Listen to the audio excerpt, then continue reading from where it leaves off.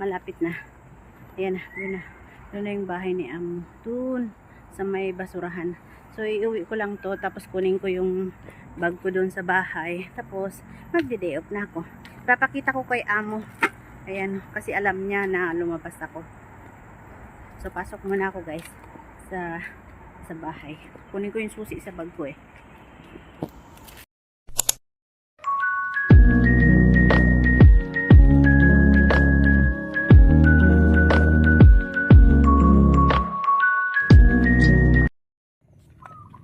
Hi guys! Welcome to my channel! Virgis Vlog! Isang OFW dito sa Singapore. So ito nga guys, linggo na naman ngayon at medyo maaga ako ngayong lumabas. 8:40 pa lang ay lumabas na ako. Dahil nung Friday ay nag-message. Pumunta sa bahay mismo yung kapatid ni Sir. Yung nagbibigay sa akin ng nagbibigay sa akin ng pambayad sa balikbayan box ko. So nagtanong siya kung na-pick up na daw ba yung box ko.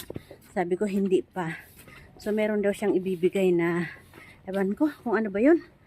May ipapasa daw siya sa akin na pwede ko pang isiksik doon. At ayun nga, on the way ako ngayon na i-collect yung ibibigay niya. So i-collect ko muna, and then pag na-collect ko ay iuwi ko pa sa bahay bago ako mag-day off. Kasi yung box ko nga ay aalis sa Wednesday. So sayang naman yun, kawali daw yun na stainless na magandang klase.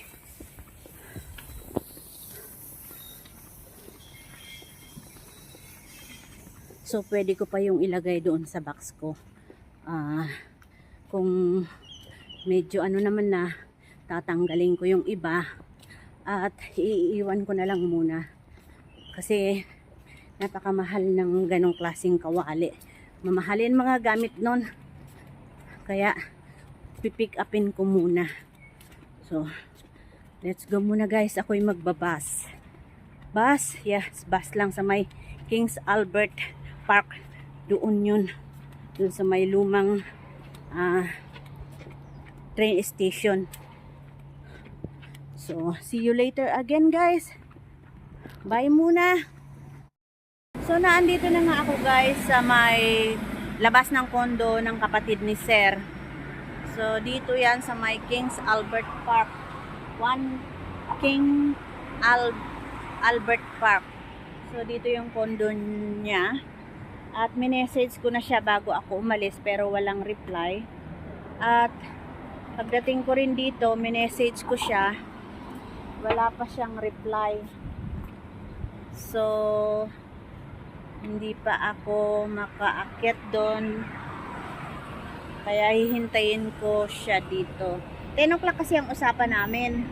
Kaya lang, tapos naman na yung trabaho ko. Kaya, ayan, nagpas na ako papunta rito. So hihintayin ko na lang yung 10 o'clock kasi pagkatapos ko nitong makulik ay uuwi ko pa sa bahay. So dito lang naman yan. Magbabas uli ako. Hindi ko alam kung paano magbas dito. Ay maglalakad uli ako doon, then tatawid. Tapos magbabas ako. So papakita ko sa inyo guys yung yung tinitirahan niya. Dito yun yung harapan. Ayan. At sa 3rd floor siya. Condo unit niya is minessage niya yun kahapon sa number 3 siya. Sa 3rd floor siya nakatira. So hintayin ko na lang yung message niya at baka nakakahiya naman natatawagan ko. Na nga guys yung aking kinuha or kinulek na kawali. Stainless siya, maganda. Saan ba ang daanan dito? Ayun. Dito sa may Bukit Timayan. Medyo natagalan ako doon kasi ang usapan namin 10, pero medyo maaga akong dumating. Tapos nasa baba pala siya nag-exercise. Kaya hindi niya dala ang cellphone niya. Kaya ngayon lang niya napasa. So ngayon uuwi muna ako at ihahatid ito Tapos kukunin ko yung bag ko. Saka ako magdi-day off. Sayang din kasi to guys. Mamahaling kawali ito. Isasalpak ko pa doon sa box ko. Mamaya ipapakita ko sa inyo yung klase ng kawali. So ito na nga guys, malapit na ako sa bahay. Iuwi ko lang to. Ito, nilagay ko sa ulo ko. Nakakangalay kasi. Iuwi ko lang to.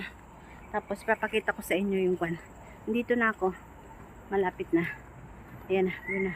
Doon na yung bahay ni Amo. Doon, sa may basurahan. So, iuwi ko lang to. Tapos kunin ko yung bag ko doon sa bahay. Tapos, magde-day off na ako. Papakita ko kay Amo. Ayan, kasi alam niya na lumabas ako. So, pasok muna ako guys. Sa bahay. Kunin ko yung susi sa bag ko eh. Dito na ako ngayon guys sa bahay. At ito nga yung kinuha ko doon. So, di ba ang ganda? Ayan o. Good brand daw. Pinakita ko kay Amo. Good brand daw siya. So, ayan. Tapos ito naman. Stainless din. So, isisiksik ko pa yan dyan. Pwede pa yan. Puno na yung box ko. Pero pwede ko pa yan tanggalan. Tapos, ilagay ko na lang sa luggage ko. So, yun lang guys. And thanks for watching. Medyo mahina ang boses ko kasi naandyan si Amo sa labas. So, bye guys.